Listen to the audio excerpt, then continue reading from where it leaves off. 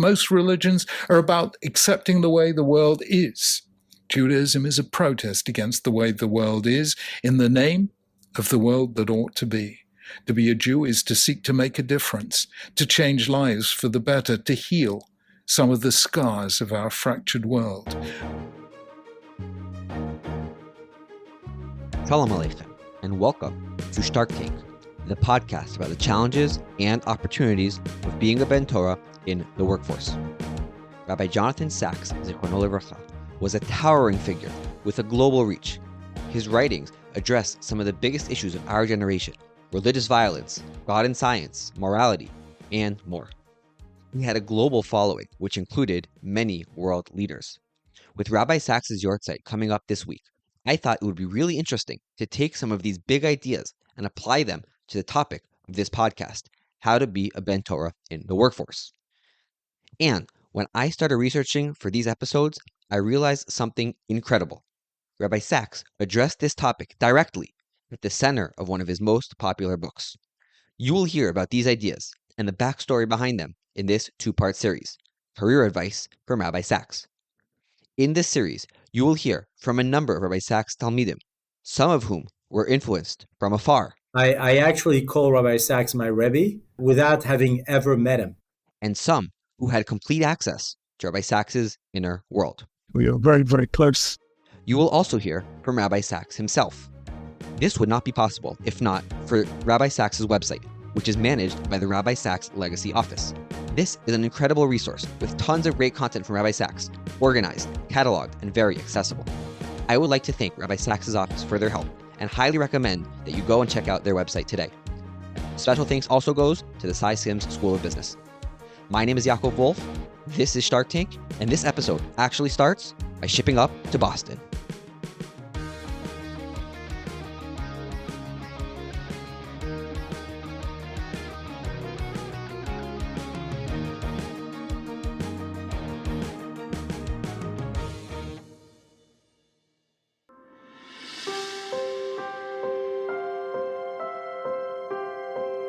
In the spring of 1982, a young Rabbi Jonathan Sacks spent a weekend in Boston, Massachusetts. He was so impressed by the Balabatim there, he writes about them in his book, To Heal a Fractured World, on page 57. Quote, "I was impressed by many of the families there and their ability to combine Jewish learning and strong religious observance with a thorough engagement in the wider society, in the academic world, business, law, and medicine. One of the great challenges of any faith is how to maintain a creative dialogue between the world and the holy so that each enriches the other. The Boston Jewish community was a fine example of how it can be done." This description is not surprising when you take into account a historical tidbit that you won't find in any of Rabbi Sacks' books. You see, Rabbi Sacks spent Shabbos in Brookline, and he stayed at 22 Russell Street, the Wolf residence, my grandparents' house. The fact that my father had to take down the Larry Bird poster in his room is still a sore subject, but I digress. On page 58, Rabbi Sacks goes on to talk about Aaron Feuerstein. When we talk about the term pillar of a community, it's often overused and cheapened by shul dinner campaigns. But with regards to the Feuersteins and the Boston Jewish community, to call them the pillars of the community is actually an understatement. The Feuersteins owned a textile factory called Malden Mills. Many Jewish community members got their start working in Malden Mills, including my father, my grandfather, and my great-grandfather. Aaron Feuerstein and Malden Mills made national headlines in 1995. The factory was destroyed by a terrible fire, burnt to the ground. At that point, many of the textile mills in the area had moved to places with cheaper labor, Mexico or Asia. But for Aaron Feuerstein, this wasn't about the money. This was about being a mensch, the mensch of Malden Mills. He announced that the factory would be rebuilt in the same location, allowing the nearly 2,000 local employees to keep their jobs. He also made sure that his employees were taken care of during the time that the factory was shut down. This is the quintessential example of making a Kiddush Hashem, Rabbi Sacks goes on to write that this principle is very important, but unfortunately, oftentimes forgotten. This is evidenced by an anecdote he writes on page 59.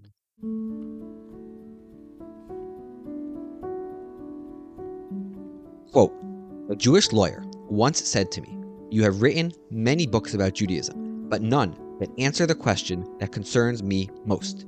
How am I to serve God in my daily life? I know what it is to serve God at home and in the synagogue, but how do I serve Him at work? There is nothing religious about being a lawyer.'" Rabbi Sacks continues, "This question made a deep impact on me. The person who asked it is an exceptional human being, though he would be the last to admit it. He achieved distinction in his legal studies, attended several Jewish academies, and is a Judaic scholar of real depth.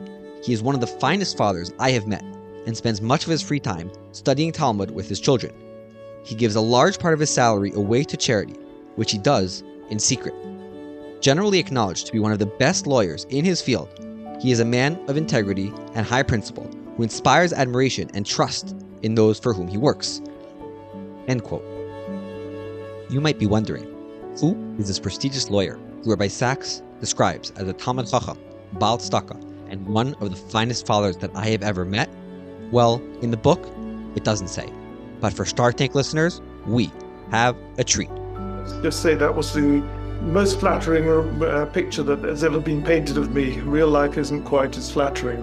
This is Alan Sacks. He lives in Yerushalayim and is a partner at Herzog, Fox, and Naaman. He is also Rabbi Sacks' younger brother. And how did Rabbi Sacks respond to receiving this question from his younger brother? He said, "Give me a while." And instead of answering the question, he produced this book called The Heal a Fractured World. He'd take away a subject, think about it very deeply, and then come up with a book. And I can think of a number of examples where he did that for various people. So Rabbi Sacks wrote the book To Heal a Fractured World to provide guidance for his younger brother who wanted to find religious inspiration in his work life. And at the very heart of this book lies chapter 5, Sanctifying the Name, about the topic of Kiddush Hashem.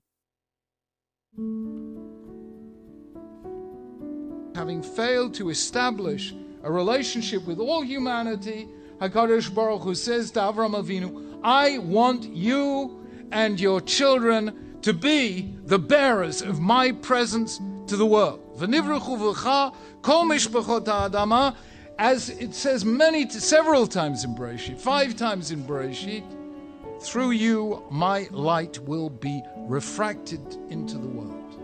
Or to put it another way, there are 2 ways of teaching anything.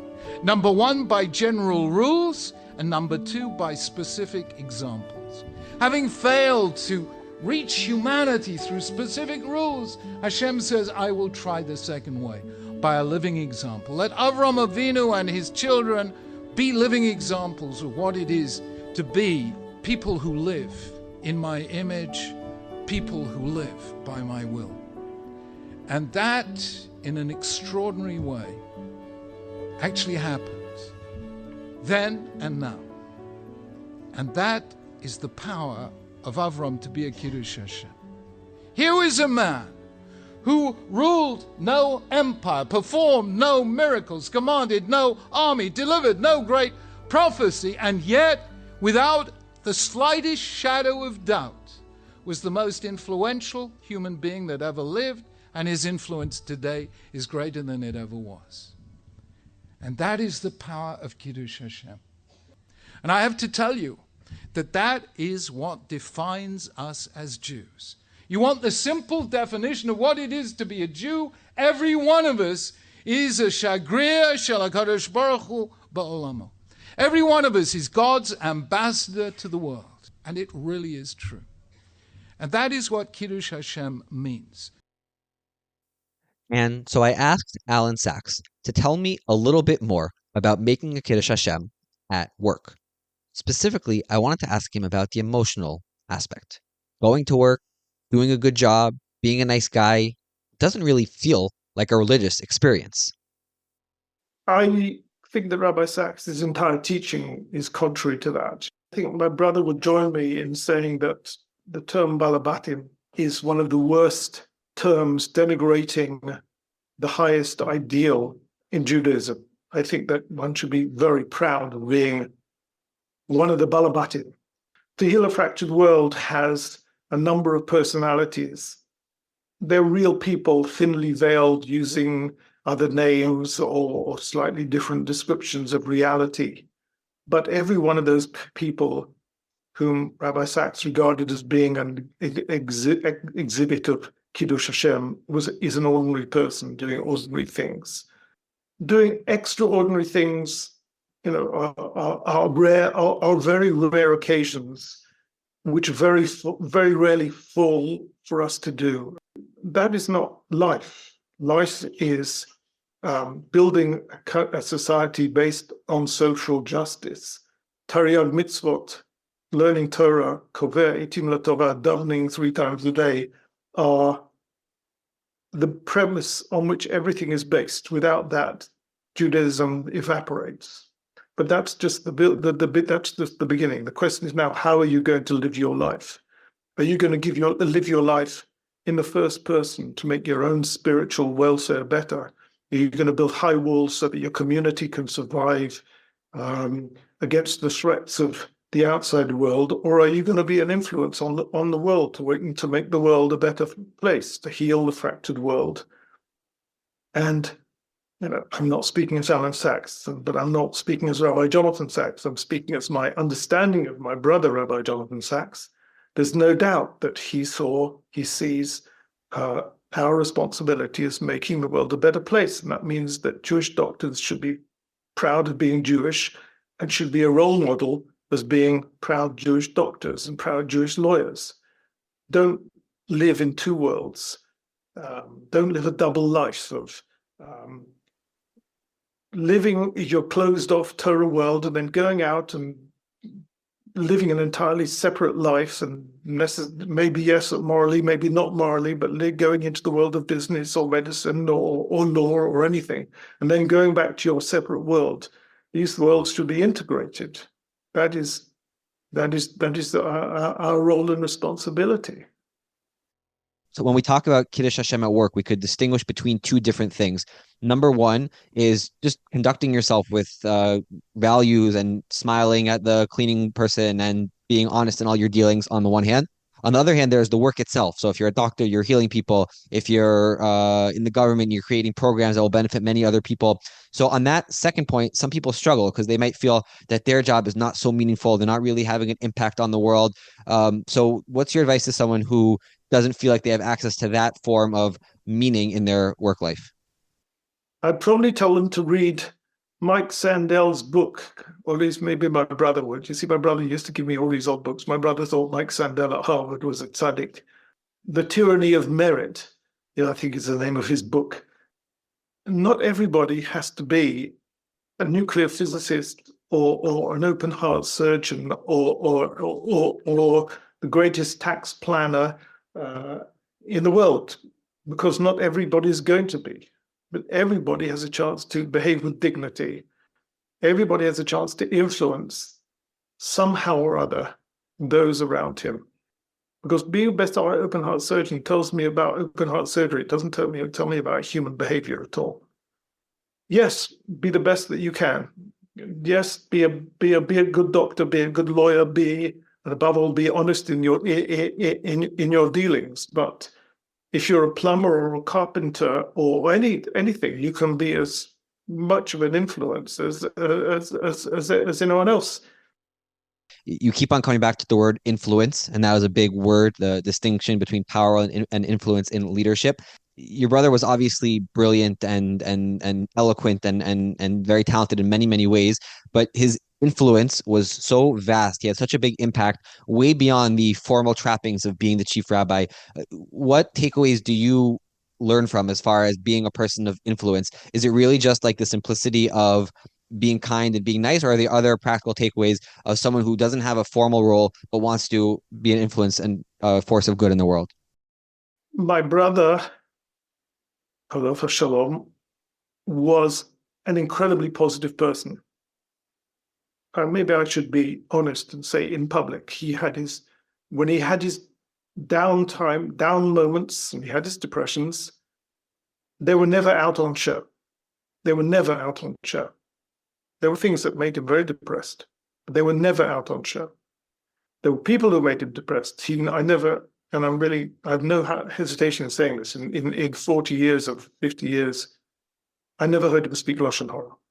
His control of his own mind and his own speech was unbelievable. I never heard him speak Lashon Hara. I never heard a curse word come out of his mouth. But he was an influence, partly because, of course, his eloquence, his writing and speaking.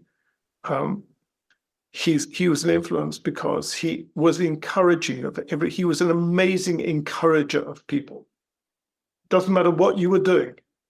You could have been working on a PhD, or you could have been studying rabbinics, or you could have been an accountant's lawyer. It doesn't matter. You could have been the person putting out the kiddush. He was an incredible encourager of people and would always give of his time to help and encourage others. There's a word that Alan keeps on repeating, and it's all over Rabbi Sacks' writings: influence. When we are making a Kiddush Hashem, we are influencing the world around us. I wanted to dive deeper into this idea of influence, so I got on a Zoom with two remarkable individuals, both students of Rabbi Sacks, but in very different ways. The first is Gilles Yaakov Gade, founder, chairman, and CEO of Cross River Bank. Just purely by accident, I stumbled upon his newsletter called the Covenant and Conversation. I would say maybe 15 years ago. And I've been an avid reader ever since. I actually call Rabbi Sacks my Rebbe, to be honest with you, without having ever met him. And this is one of my biggest regrets in life, is that I'd never had a direct interaction, a physical interaction with him. So it was really one-sided. It was him publishing and me reading. But I tried to internalize and I tried to apply, every single day in my, certainly my business life, but also in my private life, some of his teachings. And do you remember at all what one of the first ideas that really touched you and you said, wow, this is something special, not normal? I would say it's not one particular idea. It's the approach of Torah that he has, and the way that he manages to encapsulate so many different concepts from Ma'amar Chazal, and from the Rishonim all the way down to recent authors, and to also incorporate some of the general culture of his vast knowledge of philosophy and psychology. And I found somebody who manages to encapsulate all this into one very buttoned down package. The other guest on the call is Dr. Erica Brown, Vice Provost for Values and Leadership and the Director of the Rabbi Lord Jonathan Sacks Herenstein Center for Values and Leadership at Yeshiva University. So my relationship with Rabbi Sacks began 36 years ago. I married a Brit. I was a philosophy major at Yeshiva at Stern College. And when I went to England, I met Rabbi Sacks as someone who really personified and embodied both of those arenas for me. I lived around the corner from Jews College, where he was the principal at the time, the head of Jews College, which ordained rabbis, but also provided graduate studies and resources for teachers in Jewish schools. And I became his student, a quite serious student, and he ended up being my master's thesis advisor. I feel very, very privileged about that. And I would say that his content was always astonishing. I always say he brought the spires of Cambridge into this sort of small classroom. Also to visit him in his garden shed at the time in Golders Green, where he had all those books that you referenced. He had piled up on his desk. He was an avid reader. So watching and asking him questions about how he reads, how he incorporates his reading into his writing, all those things were real gifts for me. I'll share a regret, since you shared one as well. I didn't grow up in the age of selfies, so it wouldn't have dawned on me to take a picture with Rabbi Sacks. and how much I would have, have hung up that picture and looked at it, especially occupying the position I do now, running the Rabbi Lord Jonathan Sacks Herenstein Center at YU, to just have been able to. So many people share pictures of Rabbi Sacks, and we're not his students, but it wasn't something we did at the time. When Rabbi Sacks spoke about influence, it was oftentimes contrasted with power versus influence. To understand it, it's essential to grasp the difference between two concepts often confused, namely power and influence. We tend to think of them as similar, if not identical. People of power have influence. People of influence have power. But it isn't so. The two are quite distinct, and they operate by a different logic, and we can see this by a simple thought experiment. Imagine you have total power. Whatever you say goes. Then one day you decide to share your power with 9 others. You now have at best 1/10 of the power you had before. Now imagine that you have a certain measure of influence. Then you decide to share that influence with 9 others whom you make your partners. You now have 10 times the influence you had before, because instead of just you, there are now 10 people delivering the same message. Power works by division, influence by multiplication. Power is, in other words, a zero-sum game. The more you share, the less you have. Influence is a non-zero game. The more you share, the more you have. I think in the discipline of leadership, there's a distinction between imperative authority and influential authority. The way in which you influence through persuasion, through role modeling, through convincing someone of the merit of your ideas, and through having power, which is, I'm a king, I am a congressman, I am a president, I am a parent, and you're going to do this because I say you're going to do this. And I think Rabbi Sacks was very sensitive, particularly in his introduction to lessons on leadership, which is a compendium of his articles on in Covenant and Conversation. In the introduction is really important. In fact, I'm writing a paper on this right now for a volume on Rabbi Sacks in Tradition and the Journal of Tradition. The notion that he had that leaders who make a lasting impact, who have a legacy, are people who do so through influence, not through coercion or force. And I think that that's how he conducted his life, through the force of ideas rather than the force of authority. You're not doing this because I told you to do it. You're doing this because I was able to convince you that this is a good idea. It will benefit you. It will benefit society. It will benefit others. So what's really interesting is to have a CEO on board with this conversation who does have some level of power. So how does this affect you and influence you in your decision-making and your day-to-day conduct as a CEO? Power is ephemeris. It's temporary.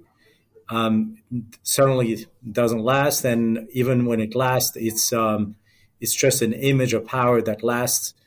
People respect you only temporarily if you're really exercising power, but they certainly do not respect you.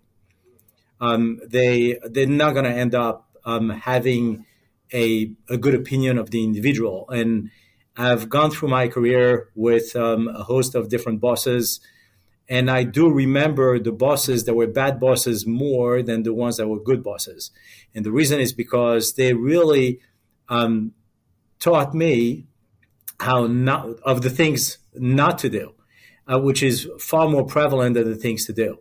Rabbi Sacks changed that upside down by just exemplifying the exercise of influence. That means be kind, be considerate, be compassionate, and particularly be understanding. And just through that, you could actually convince one another how to conduct themselves in business in an ethical and moral manner.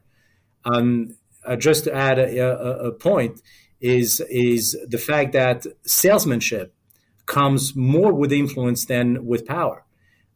You cannot convince somebody to buy something by coercion, because ultimately that sale is not going to repeat itself. It's going to be ephemeris. In life, we go through life with a constant salesmanship. You're selling to pretty much the entire world. Everything that we do day in, day out is selling one way or another. Rabbi Sacks is teaching us how to sell. So that you could apply day in, day out by being kind and compassionate and considerate. You will attract a horde of people to embrace your vision and to embrace your products and services.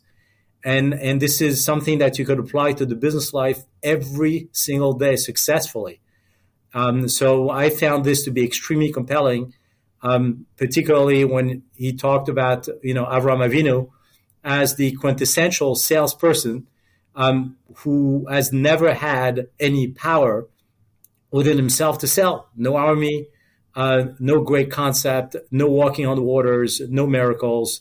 It's just one man, one individual with one vision to cross the divide, to stand on the other side of the river, and just to exemplify goodness, kindness, and good deeds. And through that, he influenced 3/4 of the world's religions. So just that as an example is so compelling to reveal and to express the essence of Yiddishkeit through that concept is transformative, in my opinion, and could totally be applied to the business world. If you were listening really closely, you heard Gilles mention his inspiration from the image of Avram Avinu standing on the other side of the river. Now you know why his bank is called Cross River. Back to our conversation. The darker alternative to influence is power. Rabbi Sacks often writes about the fact that power corrupts. But here's the thing.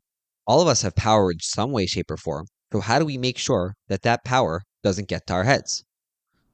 Yeah, it's a great question. It also, I think it balances power with humility, which is something that Rabbi Sacks wrote a great deal about and exemplified in so many arenas. I think about a concept from the book Multipliers, where there's a description of a multiplier and a diminisher as a leader. So if you're a multiplier, it's not only multiplying ideas and populating a lot of possibilities and being creative and generative.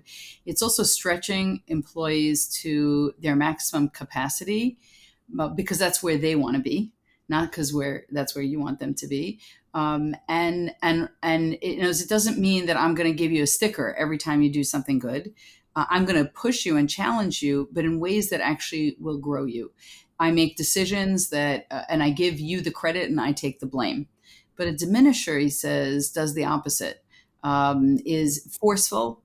It takes the credit and gives others the blame, and also often makes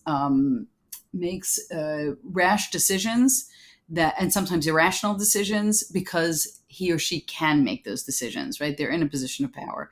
I think children are sensitive to this with parents. Right? If you have to pull out because I'm the dad, because I'm the mom line, then you probably have hit a place, possibly hit a place of disrespect where you're not really convincing someone on the merit of that. And just to your point, which I think is so important. I also, I'm a big fan of the learn by your bad boss is like graduate school for you. Your bad boss teaches you exactly who you don't want to be.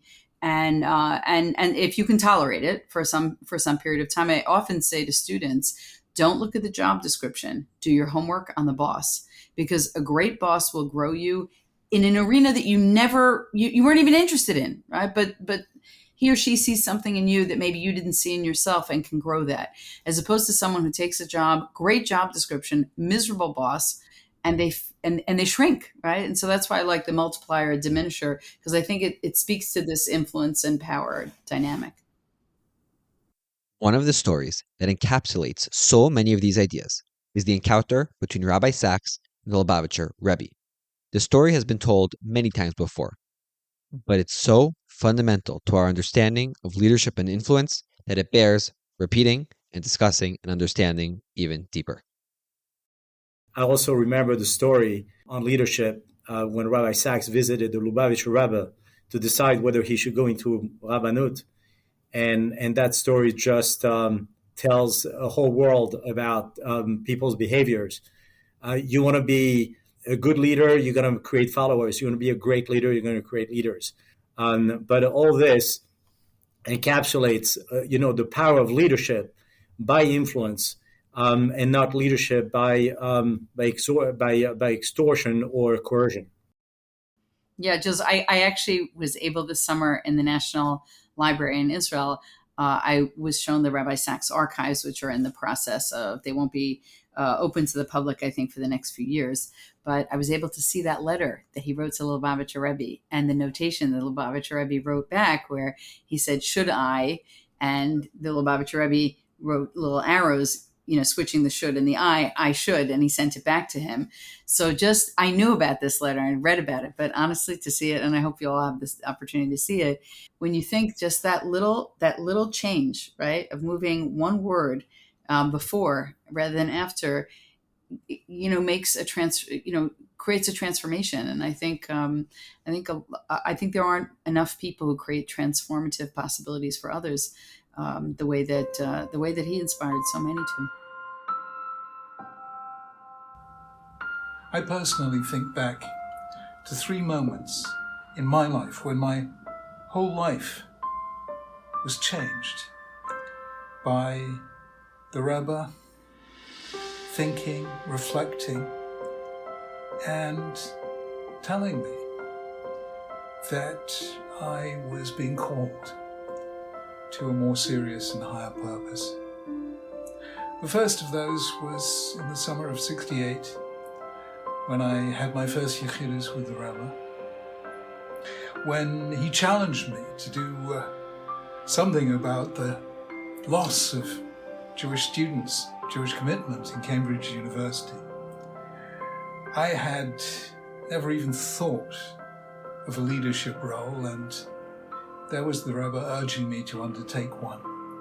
It was reflecting on that encounter many years later that I formulated the proposition that good leaders create followers, but great leaders create leaders. And that is exactly what the Rebbe did. He took people and turned them into leaders in the most extraordinary way. In 1990, when I was faced with the question of whether or not to accept the invitation to become chief rabbi. And I set out the pros and cons and asked the Rebbe, should I accept the offer if it is made? And the Rebbe, without writing a single word, put in the typographical symbol for invert word order. Should I became I should, and that was his answer. If they offer you the position, take it. And then he gave me various instructions as to how I should conduct myself in that office. So at every significant moment in my adult life, the Rebbe was the directing influence. And I think I very humbly feel blessed that we had such a man at such a time. Rabbi Sacks himself had a massive influence. He was the chief rabbi, but his impact was far greater than the trappings of his formal position. I asked Alan Sacks, Rabbi Sacks' younger brother, to reflect on that.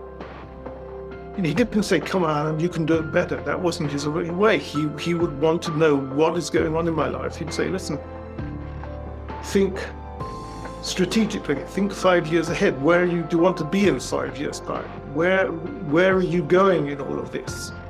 So he would he would encourage by being interested. And I can't tell you how it influenced people. Do you know that Rabbi Sacks said, well, what are you researching in? How are you going? Which direction are you going in? It makes people feel worthwhile, makes people feel noticed. It makes people feel valued.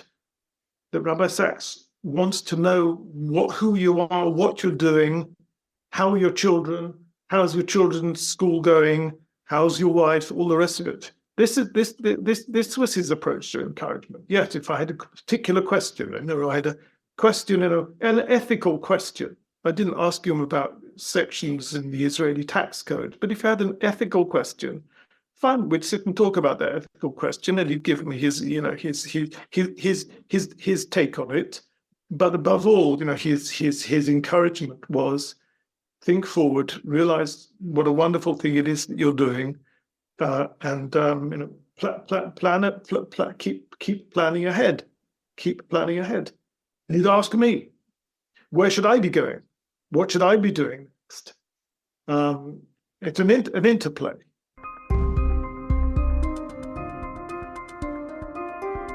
Thanks for tuning in to part 1 of our 2-part series, Career Advice from Rabbi Sacks. So far, we've discussed Kiddush Hashem, influence, leadership, and strategic thinking. But there's a lot more. Tune in next week for part 2, where we will discuss money, meaning, family, and finally, hope. The best way to support this show is by hitting subscribe, leaving a 5-star review, and joining our quiet WhatsApp group. The link is in the show notes. Thank you.